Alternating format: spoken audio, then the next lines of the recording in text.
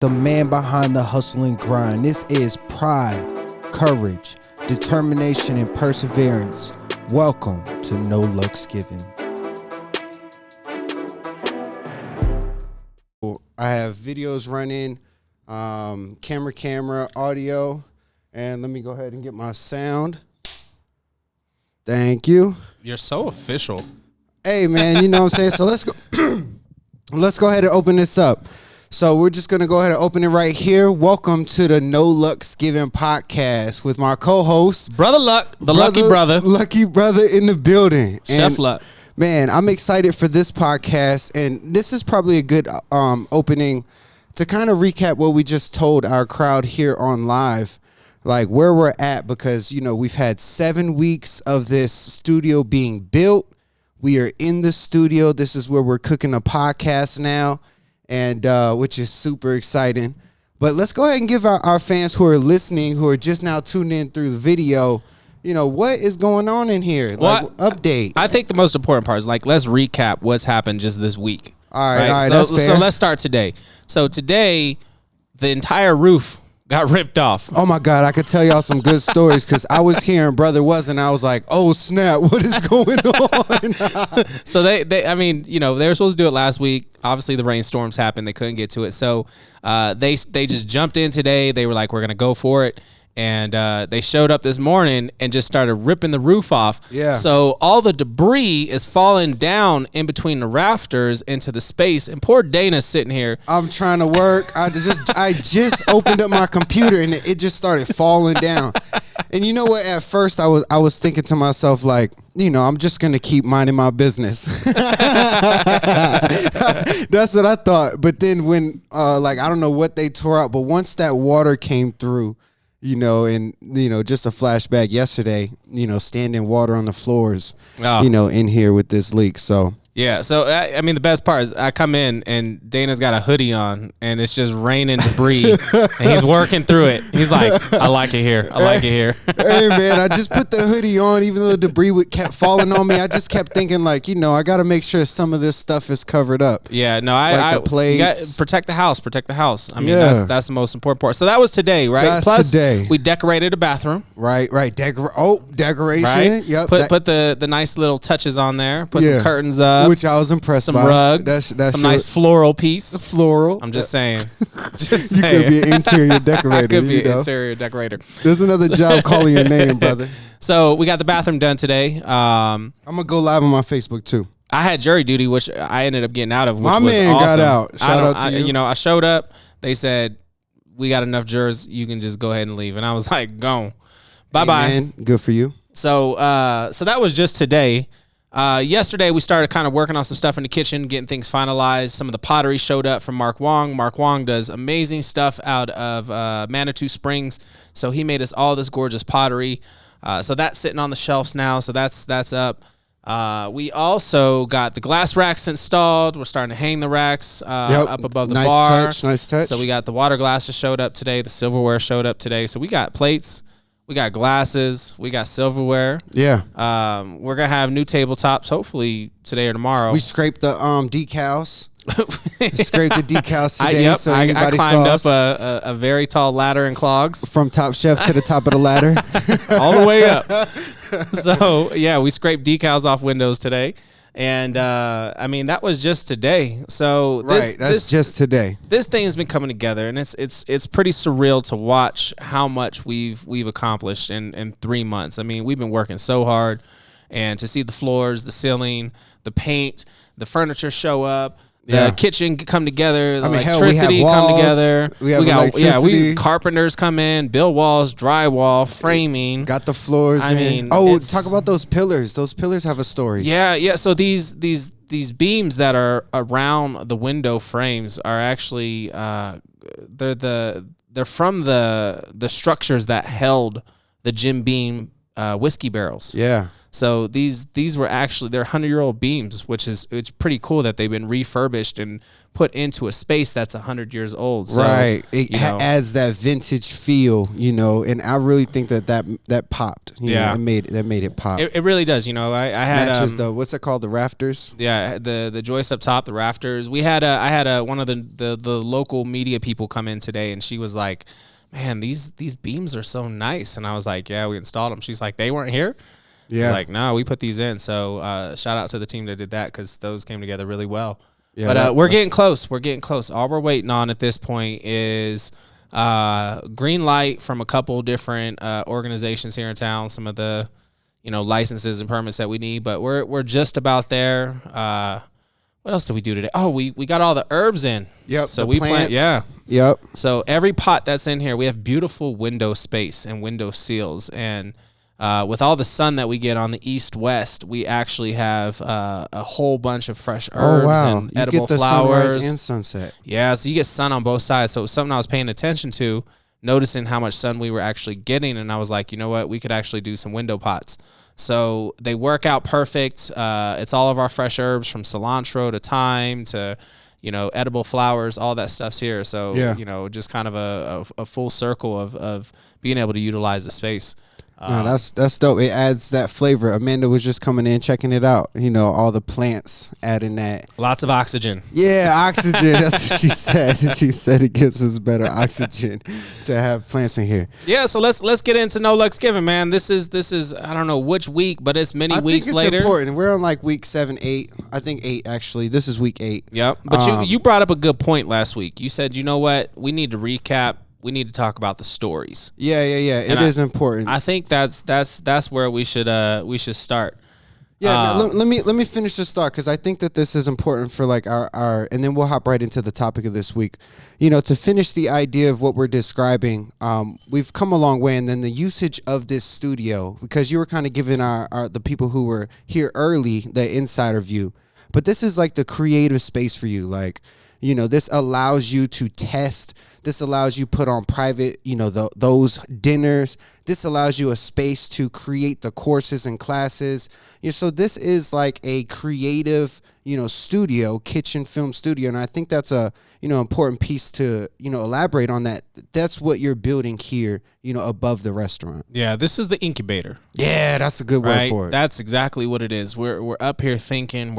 It's our think tank. Yeah. And as we go through these ideas and we work through stuff, it's great because we've already been able to experience it with some of our vendors, right? They show up and they're like, "Hey, chef, yesterday you weren't here yesterday when they showed up, but hey, I've got this octopus from Spain." Damn. And they brought in all this gorgeous octopus. Yeah. And we cooked octopus. Yeah. And then they're like, we also got these artichokes. So we tasted some artichokes. Yeah. And then it's like, okay, well, we can incorporate this into our next dinner. Right. Or our next meal by this way or this way. There's no limits. Yeah, no boundaries on your creative. Yeah, this isn't a concept that's like restrained to a specific cuisine or a style of food or a style of dining. Yeah. We have freedom to do whatever. So, when we get into the fall and I get ready to do my annual pop-up dinner, this is where we're going to do it. Right. Yeah. I don't know what it's going to be. You shot out what you think we should do. Right. What kind of pop-up dinners you guys thinking? Hit us up. Hit us up on Instagram on @ChefBrotherLuck @Dana Keith.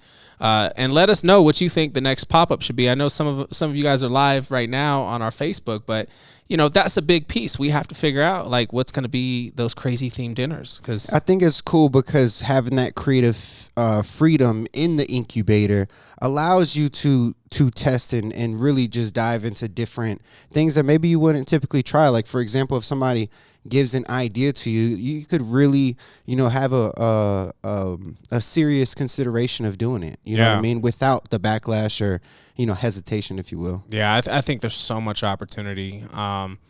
And the space is just coming together. I mean, it's going to get more. You're going to grow into this space. Just like you do with every restaurant, and this is what we're shooting for. So I'm really stoked, man. It's exciting, man. The studio is happening. It's giving me a dope feel just editing here the past couple weeks. Just allowing that creative feeling to really flourish, and especially being downtown. I love that feeling. Just being downtown. Gives me some type of a productive feel already. Yeah, there's a lot of movement. Yeah, and yeah, I think that's something to, especially with the amount of window space we have here, you see all that movement. Yeah. So you feel the cars, you hear the cars. Yeah. I really think just being downtown is a beautiful thing, especially here in Colorado Springs, because it's not like your big city downtown. Right. It's got a different feel to this downtown. It's a small town downtown, but it has a good feeling. And that actually, when I was editing the other day, Madison's interview, I could hear all the cars when I did my noise cancellation. I couldn't hear nothing in the room except the cars. Mm-hmm. But it is something to keep in mind with like filming like times of like rush hour and like the motorcycles, because this is like motorcycle central right here. Man, especially this time of the year. Yeah. All right, man. Let's hop into our topic, man, because this one is important to me because my relationship with Brother Luck started a long time ago. And we want to kind of dive into that story of, how this started, the process, and really some of the behind the scenes of our own personal journey. So I'll just kind of start, giving you guys an idea at least. And I got to say this because this is live, or at least recording already. I'm going to have to give my sister her flowers because Crystal, my sister, was working for Brother Luck under him as a chef. I don't know exactly the position at the time, probably like sous chef, whatever. So like she showed Brother a music video of mine, and from your side, I've never really heard this story. So this is probably good for me. So that's kind of how we were introduced. And tell them that story if you remember. Do you remember that? No, I totally do. Yeah. So what is that story so we can hear of how that really happened? So Crystal was working for me. Your sister Crystal was working for me as a cook. I love you, Crystal. Shout out to Crystal. Yeah. She was working for me as a cook in my first restaurant, Street Eats over on the west side. Yep. And we were talking about doing some cooking videos for social media, and I was just really starting to kind of get into it and starting to post a lot of stuff on Instagram. And she was like, well, my brother does that. And I was like, oh, that's cool. I'm broke. And she laughed and she kept bringing it up. She kept bringing it up over the next couple weeks or so. But then she was like, hey, check out this video he did. And she pulled her phone out and she showed me this video, and it was a video of you filming some hip hop artist at a carnival. I know it's called Only Right. Keep going. Right, and all I remember watching, it wasn't about the song or the music. What I noticed was the perspective. You captured the essence and the feeling. Yeah. Of the carnival really well. Yeah, that's story that stuck with me. I was like, wow, that's actually really cool. We didn't really. I mean, I think we might have had a conversation. We had a meeting. Conversation. I remember it. Yeah, and it was like horrible timing because we were just about to close down Street Eats. You was about to go do your thing. We were about to start building 4. Yep. And I had just gotten a phone call to leave for Top Chef. Yep. So it was like everything was all at once, and we couldn't do it. It didn't work out. So it wasn't until I got back where probably even a year later where we finally started having a conversation. Yeah. So just to bring it back to that memory, that music video is so important to me because that was one of the first videos where I felt like I did tell the story different than just creating a rap video.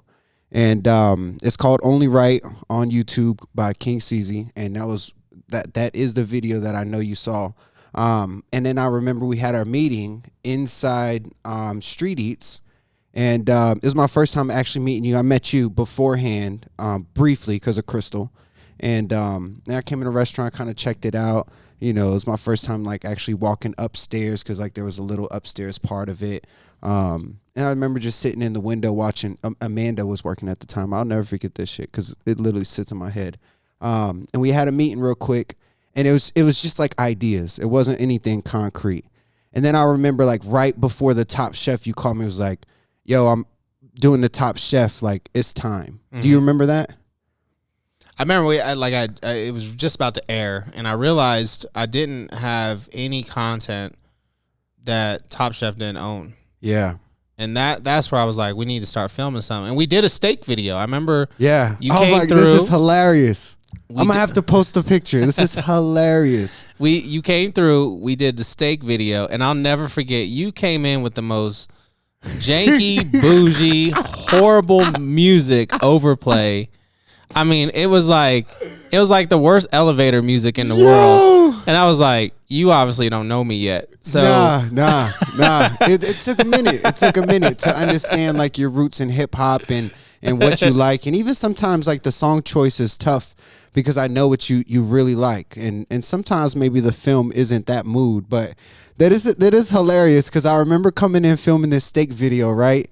And I remember having a hat on backwards. I'll never forget it because I had a GoPro on the front. Do you remember that? I do remember that. And I just remember I remember using my buddy's lights at the time. I only had one camera and one lens, just so y'all know. I had one camera, one lens, and I borrowed my buddy's lights. And it was my first time like using lights, and I didn't know how to do this shit. I really wasn't, you know what I'm saying? Like none of us did. Right. So this is hilarious because you saw me in there with a camera and a GoPro on my head. My favorite was the broom with the duct tape and the microphones. yo, that's a story. God, all right. But this is probably what, 4 years ago now, 4 or 5 years ago now. I mean, that's what's the unique part. It has to be about four years ago because I started in 2016, like actually filming. I met you about a year in. Yeah, it was about 2000. I filmed in 2017, my first season of Top Chef. So it was right in 17 when we started. So that is hilarious that you remember my audio stand because what I was using was, people don't know this stuff, but what I was using was just a normal mic stand, jerry rigged to be a boom mic, a C stand. Oh my God, that's hilarious. Every time I filmed, I had to tape that. You remember that I remember that. But you got to think, like, I had come from, like, very traditional style production. Yeah. Where, like, you notice these cameras above your head. Yeah. Like, so you look at them, you know, because you're sitting there. Yeah. And waiting for your interview. And I used to crack up. I'm like, is that a broomstick? I would never call you out on it. But, like, you know, now it's funny. Now it's funny. Yeah. Looking back. God, we've come so far. So just kind of go ahead. No, it's just surreal because, like, you know, we've been on this journey for the last 4 years and we've gotten to do so many cool things. I think we've forgotten how many cool things we do until you, like, I forget them. Yeah. And then you show me these videos and I'm like, well, wow, I forgot about that. Like you pulled up these videos yesterday of one of our recent trips to California where we went to go cook in Laguna Beach. That's so funny. I said Laguna Beach the other day. All right, keep going. And I thought that was amazing. Just because you captured the essence of what that whole trip was. Like, you captured me packing the trunk. Yeah. To, like, cooking with celebrities. Right. And that was so special. Man, that's cool because I think that the conversation that I always, like to have is that, content has no expiration date. And, you can, when you watch a video on social media, you don't care when it was made. And a lot of times, to be honest, like, you can watch the same video and feel the same way, no matter if it's entertainment or whatever. Mm-hmm. And no, that Cali trip is special because, like, I've never gotten footage like that. Like, that is the best footage I've ever captured. I remember you getting in trouble for the drone because it was making too much noise and disturbing the guests on the beach. No, they said I'm not allowed to fly over the people. Yeah, it's because I was flying over. Yeah, they said I'm flying too close, so I got in trouble. They made me pull the drone. Yo, I get in trouble a lot with that damn drone. Then we could talk about the damn New York trip where I got in trouble for flying a drone in the middle of the city of New York. Yeah, I don't know what made you think that would be okay. I don't know. In like Manhattan, we might have been in Brooklyn. But, like, we're down in New York City, and Dana decides he's going to fly a drone over everyone right in the heart of downtown. Yeah. So let's take a step back before we start cutting up, because I really, like, to be honest, and this is something probably this is really good for, people to know, like, I'm an entrepreneur, but I'm learning, to success. And I always say, like, I'm going to fail to success. So when I tell you these stories about, like, breaking the rules in Cali, flying my drone over the beach, over this large, organization. I literally flew the drone over the event, and it's like, 300, 500 people down there, but you're not supposed to do that. Yeah. At any rate, I'm learning. I don't really ask for permission. I ask for forgiveness. You know what and I'm saying? just trying to make sure the empanadas were hot. Right. You do your thing. I'm gonna do my thing. All right. But it's important, like, even the Cali trip, it's important to note, my goal, joining Brother has always been to document his journey, and in film, obviously an example being the Laguna Beach, trip. Like, how long ago was that? It had to be over a year with COVID. Yeah. So it was probably the fall, the end of the summer, maybe the fall right before COVID started. Because I was doing crazy back-to-back trips, leading all the way up until February. I think February was my last real trip, but it had to been in that fall time that we headed out there. Because I know it was like New York, and then it was Chicago, then it was Nashville, and then LA was thrown in there. It was a lot of stuff we were doing all at once. Yeah, that was a cool trip. No, but it's good, man, to be able to look back at that, and that film lives forever. You know what I'm saying? That's what I love about it. So we can always reuse that content, and then they'll be able to see it. Yeah. Well, drop and hopefully the world comes back to life, because I think we're all ready to continue. Yeah, do some more of this stuff, right? So I think that's the exciting part, is just kind of looking to what can be in the future, and hopefully it's sooner than later. But yeah, man, this journey's been special. But I think it's important to kind of talk about. We always talk about the successes and the wins and where we're at right now, what we've been able to accomplish. But it didn't start this way. No. I had a new team member downstairs today ask me, Chef, how'd you get into competitions, cooking competitions? And I thought that was a great question. I started cooking competitions when I was in high school. Really? Right? I was probably 15, 16 years old, and I was going to culinary. I went to a vocational high school where they're going to teach you a trade, and I took culinary arts. Yeah. Because I figured I get free lunch every day. Yeah. So I was taking culinary arts, and they had these like in-house competitions where, the 20 students would compete against each other. And I was like, okay, I'm in, right? I'm a competitive person. And you're in high school, you said what grade are you in? It's probably junior year, so I was probably like 16. All right. And I did well. Yeah. I picked it up well. I was into the knife skills. I was into the cooking techniques. I was into the plating. And that led to me competing in citywide competitions. So they actually had competitions where these high schools would compete against each other. Yeah. So I got into a program where I got to compete against other high schools. And that led into the conversation of, hey, you could actually win scholarships for this. This is good. Keep going. Well, and I had never really thought about college. My thing was always, I'm probably going to join the military. Most of my family was military. I've always thought that. And I thought that was going to be my direction. But I got the opportunity to compete my senior year. They started training me. These chefs, these 3 chefs took me under their wing, and they were like, we're going to teach you how to do this competition. Yeah. And in the process, they signed me up for a second competition at the Art Institute. So I would actually go hang out at the college, and I would train under that chef and get ready for a completely different competition. So I was training for 2 different competitions my senior year. Yeah. And I would literally go to school in the morning. I'd get out around, 12 o'clock, 12:30. And then I would head down to the college. I spent like 2 hours there, hanging out in that class, doing stuff for that culinary instructor. And then I had a job working at the Hyatt downtown in Phoenix. So I would drive to the restaurant, to the hotel, and I'd go work in the restaurant in this, this monster hotel. And I did that my whole senior year. Everybody got on board. Like all my bosses at the hotel in the kitchens, they were so excited about my competitions. They started putting dishes on the menu that I had to compete. So I just got repetition every night to make the Caesar salad, to sear the steak, to tornado the potatoes. Yeah. So I really got to practice this stuff for 9 months straight. Yeah. So when competition season came around, I was ready. And I went into competition in Phoenix. I ended up winning a $15,000 scholarship to go to the Art Institute of Phoenix. Yeah. And Mr. Grossman, who's the founder and president of CCAP, He told me, he said, I'm going to give you half the scholarship now. So I'm going to give you 15 grand. Tuition's 30. You have to go earn the other half. Yeah.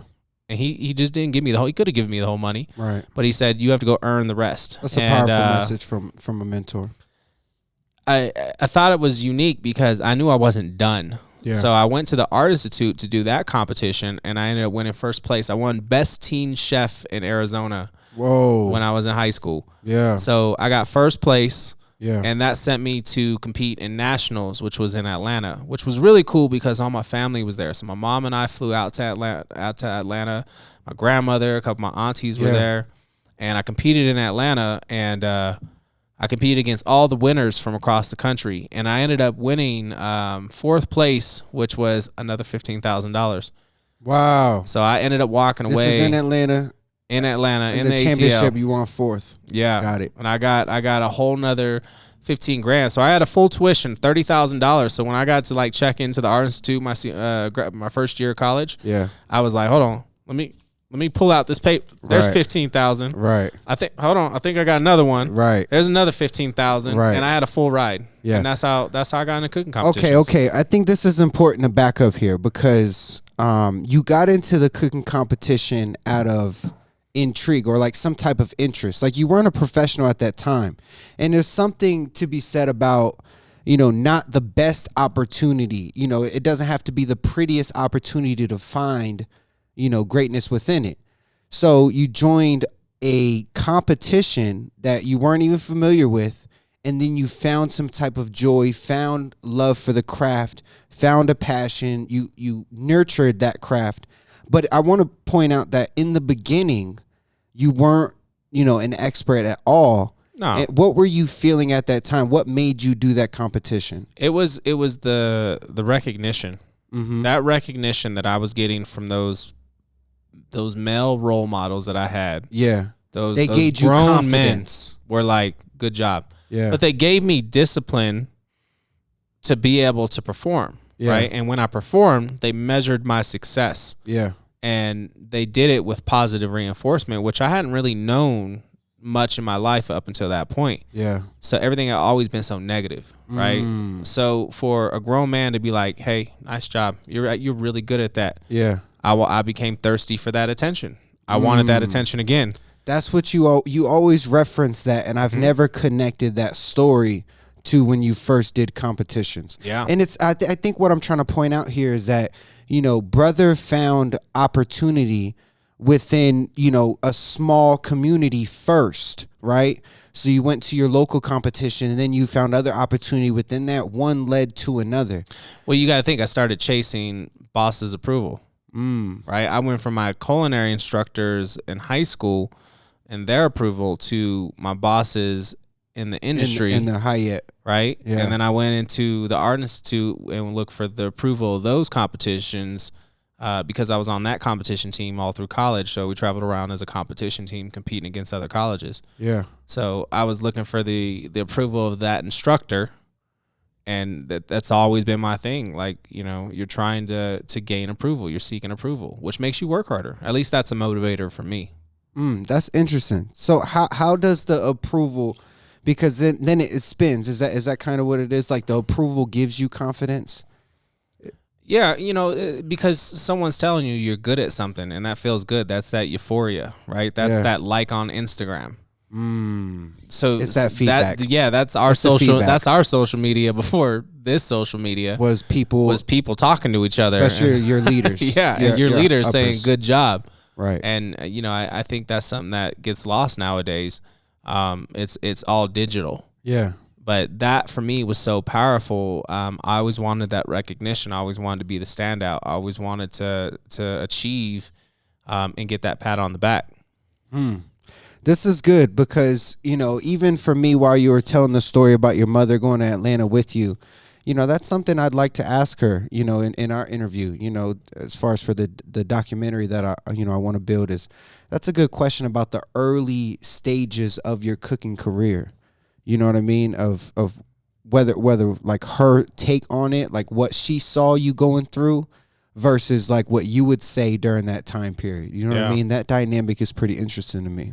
Well, the thing at that point, I had been cooking for 2-3 years at that point, right? I'd been working as a dishwasher. I'd been working as a line cook. Yeah. Like I knew how to cook at that point. I wasn't a good cook. Yeah. But I knew how to cook. I knew how to hang in a kitchen. I knew how to carry myself in a kitchen. Yeah. You learn a lot of life skills in a kitchen. Yeah. And, for me, by the time I became a senior, I was winning big things as a young cook, which made me cocky. Yeah. Which was the worst thing that could have, I went into college cocky. I'm so debatable on that, because that cocky is really confidence. You need some type of confidence, man. Without it, like, you're gonna fall in the shadows. Like, yeah, but you need experience to have cockiness. Or okay, right? okay, yeah. Confidence is experience. Right. Cockiness isn't. Is inexperienced feeling like that. Yeah, and that was the thing. Like, I went into culinary school and I got checked. Yeah. Over and over. I went to work and I got checked over and over. You had high ambitions too. Like, yeah, you know what I'm saying? I was a very confident person. Yeah.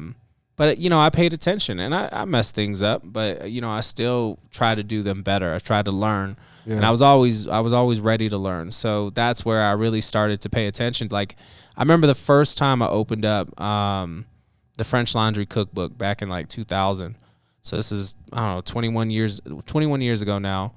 And there was this picture in that book of this gorgeous tomato salad, and it was so colorful and it was so bright, but it was like, he had this tomato sorbet with these tomatoes that were marinated that was all stacked up on this chip, and it had like a yellow tomato puree underneath of it. And I was like, wow, I didn't know food could be that pretty.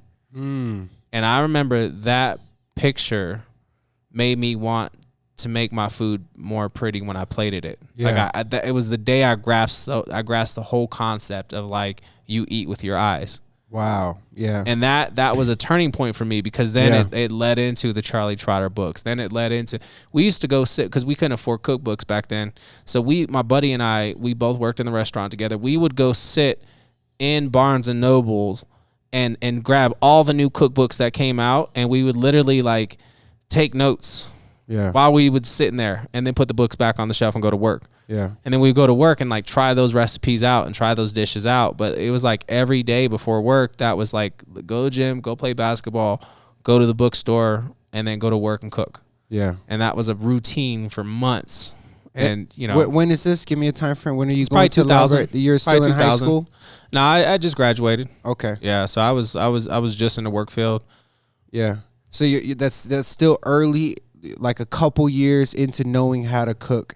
And what I hear you saying is that you're diving into your craft, like you're learning and you're getting the education, the knowledge. Yeah, I just once I went down the rabbit hole, which I'm sure you feel the same way about film. I do. Once you go down that rabbit hole and you realize how deep it is and how much depth there is and how much better other people are than you are. 100%. You just can't stop. Like, I always say, I love this industry because I can never learn everything. Yeah. Right. Tina's on here commenting about, like, we should do a pop-up dinner with themes from around the world and the places that we've been. Yeah. I love that idea, but that's a lot of education for me. Like, now it's not just about the books. Now I'm in a position where I can actually go to these places and experience these cultures and taste these ingredients and eat at these restaurants and work with these chefs and get to know the why. Yeah. And it changes everything, because now that's what inspires me as a cook. Yeah. Is culture.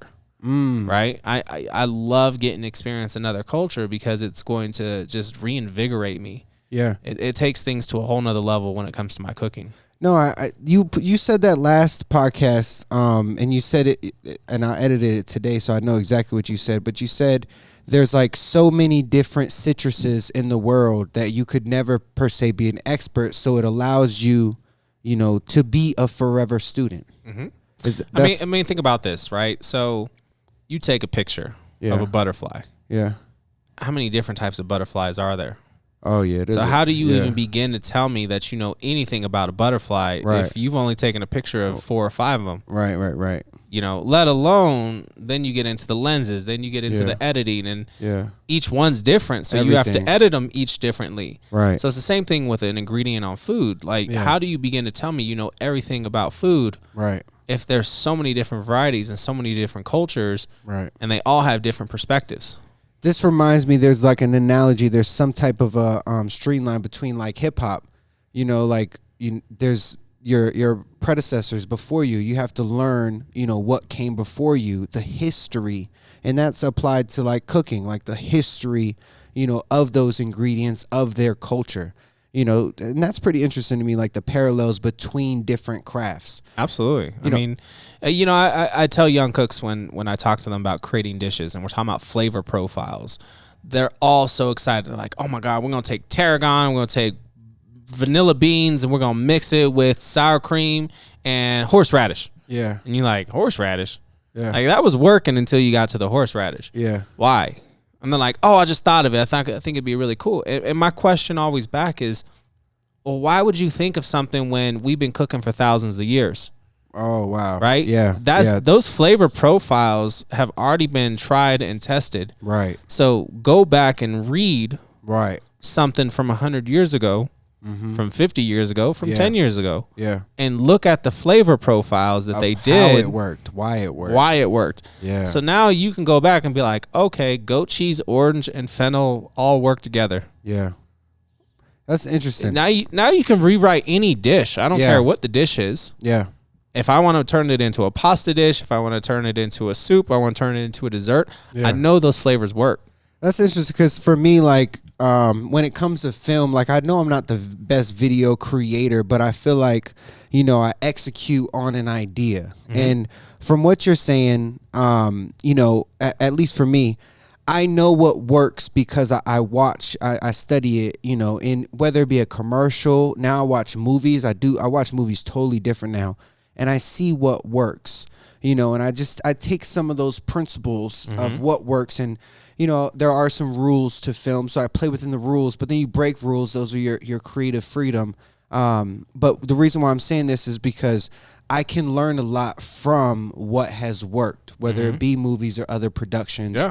And not that you're stealing it, but you are copying greatness. You know what I'm saying? It's emulating greatness. You have to emulate because you have to see what someone else has done and learn from someone else to be able to put your own style on it. Right? I'm going to take that orange, fennel, and goat cheese. Yeah. But now I'm going to put my own touch on it. Right? Yes, my own idea to sprinkle. It. And that's what makes it original again. And I think that's one of the most important parts is to not just mimic and re-execute the exact same thing that somebody else did. Right. Take it as inspiration, right? Because it's just like looking at a painting. It's just like listening to a piece of music. It's just like seeing something in nature. Yeah. It's inspiration. 100%. And if someone is doing something of your craft, I think it's totally fine to see what they're doing, but then be like, oh man, I remember when they did this, but I could add this to it. Yeah. Or I could tweak it and put it with this. Mm-hmm. Like, it's just components. I think about that a lot watching videos too. Like, I would just tweet, like, what would I have done? You know what I mean? Whether it be different or, how could I improve or what did they do good that I can emulate as well? So, that's big in regards to inspiration and always fine tuning your craft. Yeah. So I got to ask this now because you asked me about, story and how I got into cooking and competitive cooking and just kind of my beginnings. What made you go into film? Like, where was your U-turn? Where was your left turn that was like, you know what? I picked up a camera and this is why it changed. No, I tell this story. I really mean it. The story behind how I picked up a camera was pretty much my best friend lived in the basement. It's the guy that you saw in the music video. And he does music, and he always recorded in my basement. He raps. And long story short, I used to rap with him once in a while. And so I was in a music video. He flew a buddy out from North Carolina. North Carolina in the building for all my people. Yeah, baby. And we flew a buddy out from North Carolina, and I was in the music video, and I saw somebody shoot it. And then he went back to my house, and then he edited some of it. And we shot 2 other music videos, and I literally saw it done. And I saw him on his program, and when I saw it, it reminded me of a video game. I was a really big gamer. And it reminded me of a video game, and I was like, I could do that. Mm-hmm. So my buddy, he paid this guy, at the time it was $400 to do all these music videos. And I told him, I said, bro, you don't have to pay him, just pay me. And so we went and bought a camera that looks just like the camera you brought me to. So it's just a handheld camcorder. And I'll never forget it, Easter 2016, I filmed my first video. I didn't know. First off, guys, I didn't study film. I was never into movies, ever. Like, I was never that person. And I just picked up a camera, I filmed the video, and I told you the other day, I jacked Final Cut Pro. It was whatever they say whenever you steal it. 90-day trial. Well, no, it was jacked. It was definitely, the whole thing was mine for free. I can't remember the terminology. At any rate, I got the program, and then I made the video the next day. So I stayed up all night watching YouTube, all night, and I made that video the following day. So I didn't sleep that night, but I made a video the next day within 24 hours, and that was the start. Like, I'll never forget it. It is so important to me because, mind you guys, I have no film education. I don't know anything. I really don't. Nothing. Yeah. But I knew I could do it. And from that day, on my mama, I don't play video games anymore. Yeah. Never. I don't have a game console. I don't have any. I've never even, bro, you can't get me because, I think about, the hour I'm spending there. I could be cooking something, you know what I'm saying, that's important to me. Mm-hmm. So, lo and behold, I just kept making music videos and music videos and music videos. And then the one that you saw, ironically, was probably the turning point in my film where I said, I have my own touch. You know what I'm saying? Because the story to that video that you saw is that I told my buddy, hey, I want to film this video at this carnival. The song you have makes sense to me. And he didn't want to go film that night. So I went by myself to the carnival, filmed everything at the carnival, brought him the next day. Mind you, he didn't even want to go the next day. You got all the B-roll. I pulled him. Yeah, I pulled all the B-roll, and I shot his brothers in the music video. So his brother was on a date that day, and I followed him around on the date. And from there, I told you, I said, I just need rap scenes. We don't even have to go in the carnival. And then I made a music video. So, to answer your question, how did it start? It was literally just the idea that, hey, I could do that, and I will figure it out. And, from this day, I'm still learning, you know what I'm saying? Yeah. It's obviously grown. I feel like, at this point, I'm fine tuning. I'm still learning. I take an hour every week and still learn. Mm-hmm. I'm learning marketing right now. That's what I want to learn. But, that was the jump. So I was, one thing that always stood out when we started working together was, I think, the first invoice you ever presented me when I paid it after, the sticker shock. After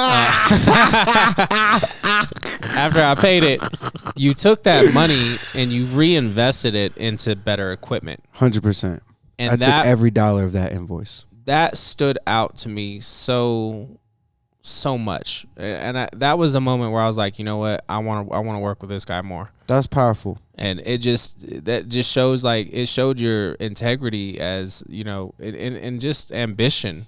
Yeah, as the desire to succeed. I want to succeed. I want to make it, and I'm willing to do whatever. But once I get a win, I'm a double down. Right. And that was so powerful. I'll never forget that because I'm the same way. You get one, let's keep it going, right? Yeah. I mean, we're sitting in the middle of our studio, which this is a product of that exact scenario, right? We were winning downstairs. Yeah. So let's figure it out and let's keep it going. But it's just create more opportunity, which I think is what the goal is. I literally have chills because that first invoice did have a sticker shock. I was racking up that invoice for a hot minute. But no, man, I had an idea. I knew for sure that I wanted a better camera. I had a camera in mind for a couple reasons because I always wanted to build a documentary for you, in the back of my mind. So I wanted to get 4K. So that's what I went and got. And man, I bought the lens, the whole thing that you just bought. It was a little bit more expensive because I sent you the cheaper adapter, $500. And even the lenses, the one lens that I bought is $700, the package, about $1,000, whatever. at any rate, like every dollar went into equipment. Like I got a new this is a cool story. The tripod we're using right here was the tripod I was using at the day. Yeah. And then I went and bought this tripod that I've had since. Love it. You know what I'm saying? The audio equipment that you were joking on me about, the broomstick with the duct tape. I bought a C-stand and an actual boom mic. So and just to make this spin full circle, because I love talking about this, because this is real. Like when I advance from that duct tape of an audio system, like that's when my film changed. Like when I started integrating like audio is really what it was. I think when you invest in, for me as a chef, it's quality ingredients. Yeah. Right. Yeah, 100%. There's a big difference between using a very commodity cut of beef or pork or chicken versus something that, was raised properly, had a lot of love behind it. Yeah. And its diet was right. Its kill was right. Its harvest was right. Yeah. And its storage was right. Like for me, cooking something like that makes my food taste so much better. Yeah, quality. So I look for those ingredients so much more now, especially as an older chef, because I see the importance of what it does to my craft. Right. It changes the level of the product. And the idea that I just had shot in my mind was, the audio thing that we just invested in. Like that's a quality ingredient that changes the end product of the course. Yeah, like it just changes the game. You know what I'm saying? And just so everyone knows, and shout out to people live on Facebook. Yo, with appreciate all y'all on the Facebook. Yes, we appreciate y'all. I just started writing. I wrote the next 6 cooking classes. Yeah, 6 cooking classes, 6 of them. So we've got the next 6 cooking classes. I'm fine tuning them out. I got to test the recipes, but we're going to be announcing those pretty shortly here. So that was actually a project I was working on Monday, and I'm excited to get back to that, because I feel like we're finally gonna do like the online again where you can sell the tickets. Is that what you're thinking? Yeah, and I think anyone who follows our Patreon will be able to actually just have those for free. It'll be included in that deal. But let's give your Patreon a plug real quick. Can we do that? Yeah. So we're getting ready to launch it live. We're right there, which is exciting. I know I've been saying that forever, but we're right there. Yeah. And the videos you showed me yesterday, I'm actually loving those for that page. But it's an opportunity to support us as a culinary creative of what we're doing in our journey and our story. And I think so many people want to support us and find ways to do that. I think Patreon's a great medium to do it. So our Patreon page, Chef Brother Luck, is getting ready to go live. And I think one of the perks of being a member of that Patreon page is actually going to be to have free access to the cooking classes. Yeah. So that'll be sweet. We're going to start filming those here in the studio. We're really close. We were just waiting for them to finish up this roof.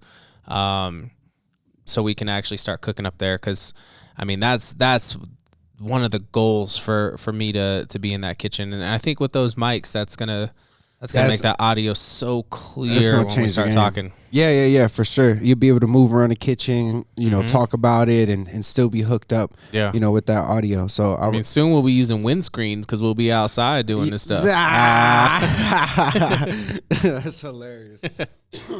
So let's bring this back full circle, man. This has been a great podcast because, one of the things that you said was, one of the things that you appreciated was when I reinvested into the equipment.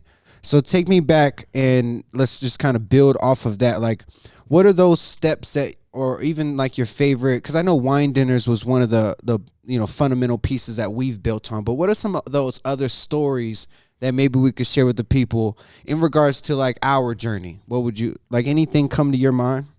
I think the one-on-one interviews that we would have together, right? Yeah. We would meet at 7 a.m. Yeah. And we would have these one-on-one interviews, and they would be extremely detailed and deep.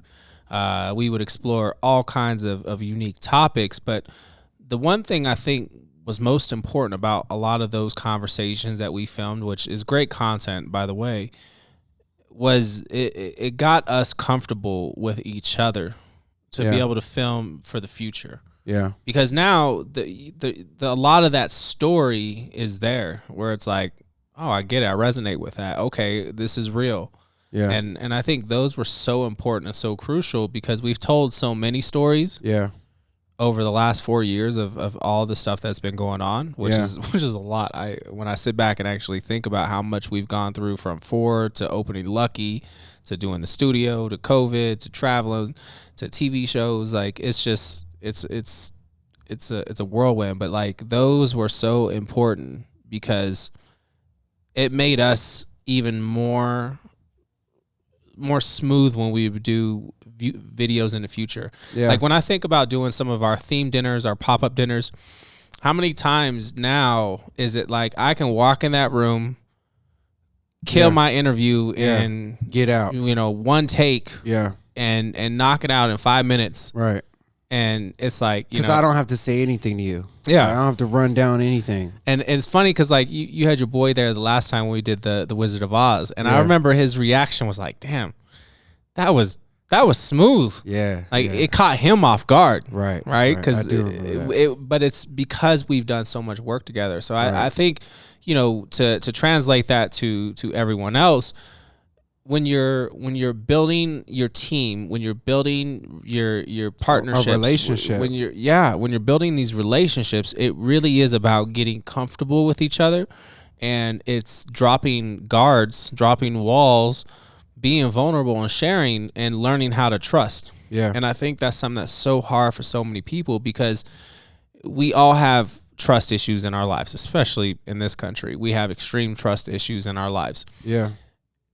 We put that on so many other people that have nothing to do with your trust issues. Right. So we don't trust again. This is real. This is deep too. And I think it's important to trust again because that's how you build new friendships. That's how you build new relationships. That's how you have new experiences. Yes. You have to be willing to trust again and know that it could probably go south. And sometimes it does, and it sucks and it hurts. Yeah. But like you have to be vulnerable with people, especially when it comes to your relationships in the work field or at home. You have to be willing to trust and drop guards to get comfortable so you can perform better together. No, 100%. Like you have to put in the reps. I think that's what I hear you saying. You got to put in the reps, but you have to allow that relationship to grow. Yeah, and you got to trust your teammates. You can't do that, without having trust. Mm-hmm. You know what I'm saying?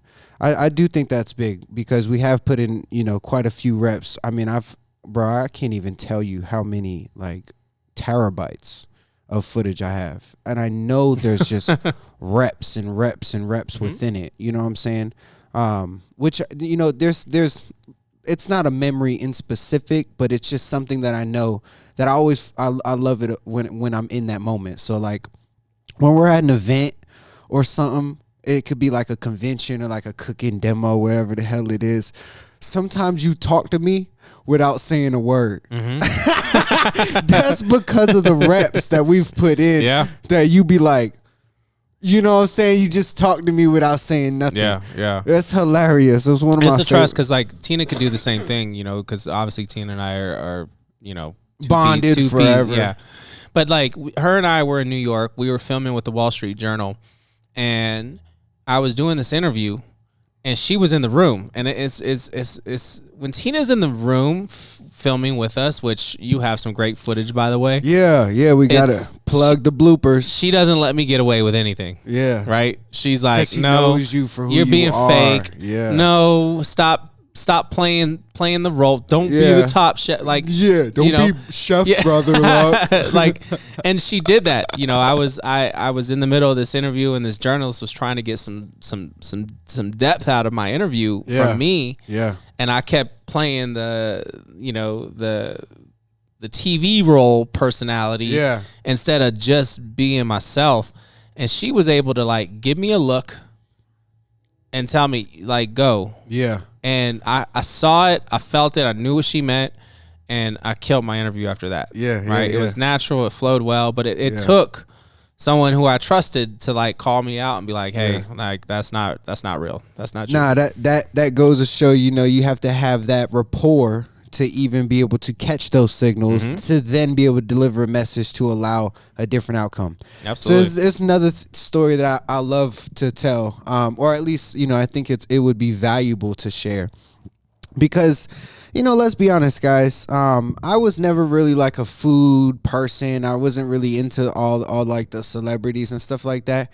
So the stories that I think I want to share is like, I'm around chef celebrities that people would go nuts for. And then my ass don't even know who they are, which is, pretty terrible. Brother over there got audio issues. I know. It's all right. But I'm around chefs, in a professional environment, celebrity chefs at that matter, which some people would go nuts for. No, it was so funny because so you're going through all this footage and you're showing us all this stuff that we've been doing. Yeah. And Ashley was here and we're talking with Chef Ashley, who's a chef down at Lucky Dumpling, and great chef, by the way. We're talking about just chefs we've been around, events we've done, and I start talking about some of the people that you've been around, and you have no idea. Yeah. Right. Right. And it's so funny. It's like so funny because like you have no Jeffrey idea. one was a big one. What's his name? Jeffrey Zakarian. So we're doing an event with Jeffrey Zakarian. I have no clue who Jeffrey Zakarian is. Yeah, and your face is like, I don't know. I don't know this guy. But it's all the time. I mean, we could be around Ming Tsai. We could be around Jamie Bissonette. We could be around Jamie. Any of the top chefs. I mean, you've been around most of the top chefs. Most of them, yeah. And it's hilarious because like you're like, I don't know this dude. Like whatever. Like I'm around brother all the time, y'all. Like, like I hang around brother. Like I don't care about y'all. But no, like the Curtis Stone. Like Curtis Stone. Yeah. We're doing the event with Curtis Stone, and like, here's this 6'6" blonde tip Australian. I asked brother, I said, which one's Curtis Stone?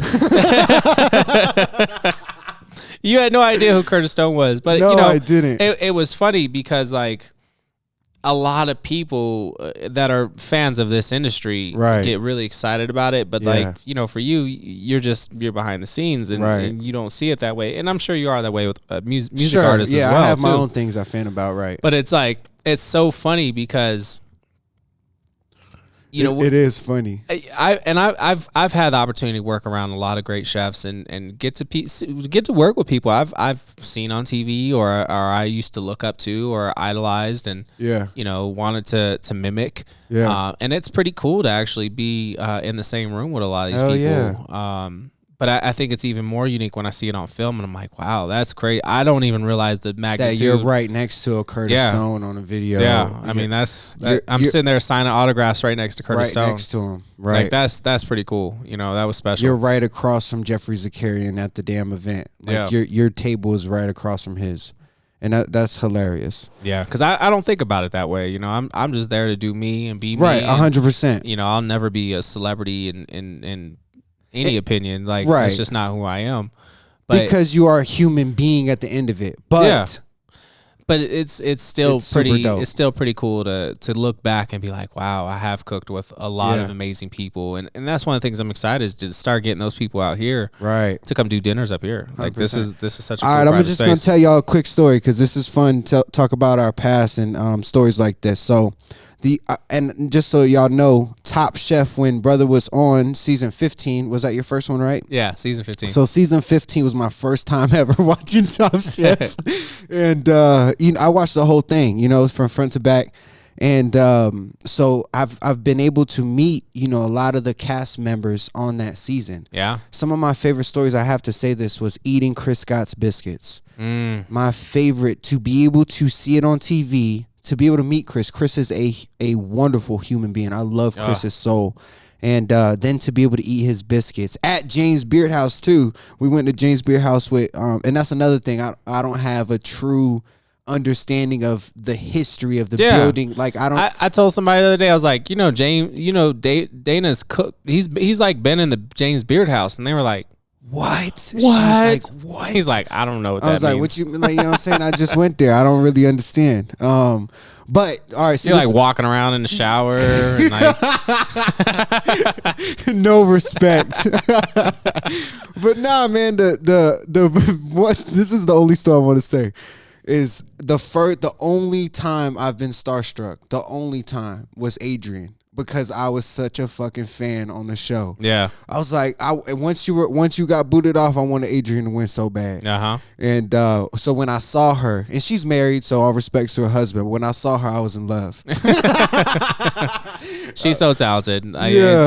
She's a beautiful human being. The pedigree of her experience is second to none. I mean, she's worked for so many Michelin chefs, and you know what she's done with her own business is private really, chefs. I love that she does that. It's really inspiring. But no, it was, you know, it's always so cool. You know, I for me, my first time, I remember being starstruck around a chef was Marcus Samuelson. Marcus. Yeah, and I was like 19. I flew to California. I bought a plane ticket. I flew to California to go work an event as just an assistant. Yeah. And I got to be Marcus Samuelson's assistant at 19. You got to be his assistant? Yeah. Oh, that's hard. So I sat there and I cleaned duck tongues. I cleaned the little cartilage out of duck tongues and pickled them. Yeah. Diced watermelon. That's dope. That's how he met you. Yeah. Well, and does he remember that? Well, he does now. So it's pretty crazy because, like, you know, you fast forward years later. Right. And I've talked with Marcus many times after that. Right. But I share with him that story and say, hey, chef, you know, back in Carmel at the Masters of Food and Wine, I was actually your assistant. Yeah. That helped you for that whole week. That's awesome. He was like, that was you? I was like, yeah. That's I was like, incredible. I had no idea you were a CCAP participant. Right. Right. And mentor. I was a CCAP student. Right. Right. We had none of that connection, which is our bridge now. Yeah. But yeah, I got to spend a whole week just kind of shadowing under him and helping him do his stuff. And I remember he was the one, like, I was just so starstruck. I remember telling one of the other cooks, I was like, if I burn this dish, I'm not even gonna say nothing. I'm just gonna leave. Like I'm just gonna leave the pot there, the stove on. That's leaving. The pressure, and I'm just going home. I'm just gonna go straight to the airport and get back on the plane. The image and go would home. have been like tarnished. You'd have been looking like me with the burnt pizza with the hammer. I was so scared to mess up. Anything. Tina said you got to stop cussing, by the way. Oh, I'm sorry. No luck's given. No luck's given, T. But yeah, that was my first starstruck moment. You know, it was so cool. Tina and I were in Chicago, I don't know, 2 years ago. T said you got to stop cussing. And we were both guest speakers for a segment. And I was sitting on stage with Marcus and we're doing our piece.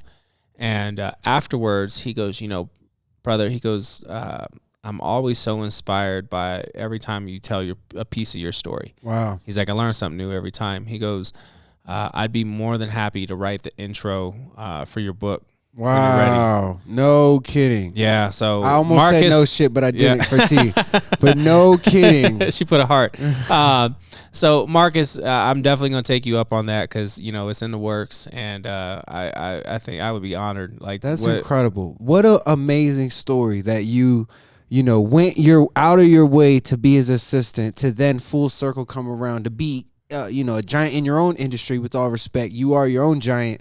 To then meet up with him, and he would be willing to pay that back to you. Yeah, it was pretty. That's cool. Beautiful. God, how could there's no better way to end it? Like, I think that's a good conversation right there. Yo, look, guys, this has been one of my favorite podcasts, even though, like, I say that all the time. This one was a different joy for me because, you know, telling that story of how I'm able to, you know, people see me on social media where I'm from, and they be like, he works with Brother Luck. Oh, he made it. Like, no, motherfucker. Brother Luck is a regular human being, and we trying. You know what I'm saying? We out here doing it. But it's important because I love the fact that, you know, we've had that tenure. We've had that time. I posted a picture just the other day, and I said it was with me and you. I didn't tag you because my automatic posts, I can't tag on Instagram. So I got to go back and tag. Anyways, this picture is with you and then me cracking up. I'm sitting there cracking up. I'm laughing. It was when I had my little Jet Sports coat on. But the caption was pretty much, it's like, this is like a good description of our relationship. Yeah. You know, I'm cutting up and brother got to deal with me.